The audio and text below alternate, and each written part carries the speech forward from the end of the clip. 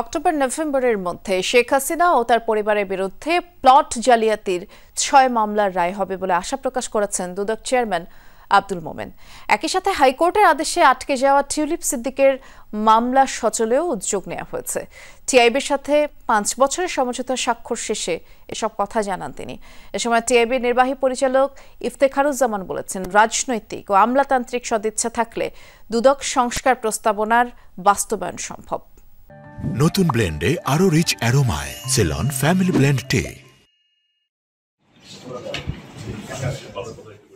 দুর্নীতি প্রতিরোধে transparency international Bangladesh টিআইবির সাথে পঞ্চমবারের মতো সমঝোতা স্মারক সই করেছে দুদক। তবে এবারের মেয়াদ ধরা হয়েছে ৫ বছর। বুধবার সংস্থাটির মহাপরিচালক আক্তার হোসেন এবং টিআইবির নির্বাহী পরিচালক ইফতেখারুজ্জামান এই চুক্তিতে সই করেন। দুর্নীতি বিরোধী কার্যক্রমকে সামনের দিকে আরও এগিয়ে নিয়ে যাও বলে আমরা প্রত্যাশা করছি। পরে গণমাধ্যমের মুখোমুখি হন তারা। টিআইবির নির্বাহী পরিচালক বলেন, দুর্নীতি বিরোধী কার্যক্রমে যৌথভাবে কাজ করবে দুই সংস্থা।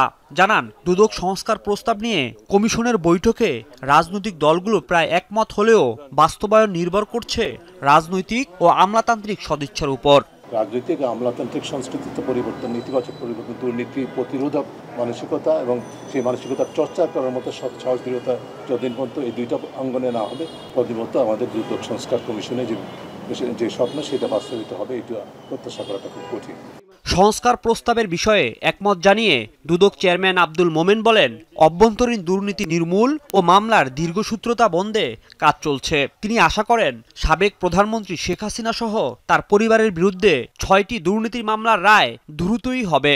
সাবেক প্রধানমন্ত্রী এবং তার পরিবারবর্গ নিয়ে যে মামলা, সেই মামলার আমাদের ৬টা মামলা চলমান অবস্থায় আছে এবং আমরা আশা করছি সাক্ষ্য গ্রহণ শেষে অক্টোবর শেষ দিকে কিংবা নভেম্বরের প্রথম দিকে আদালত যেটাই বিবেচনাযোগ্য মনে করেন সেরকম রায় এসে যাবে বলে আমাদের প্রত্যাশা।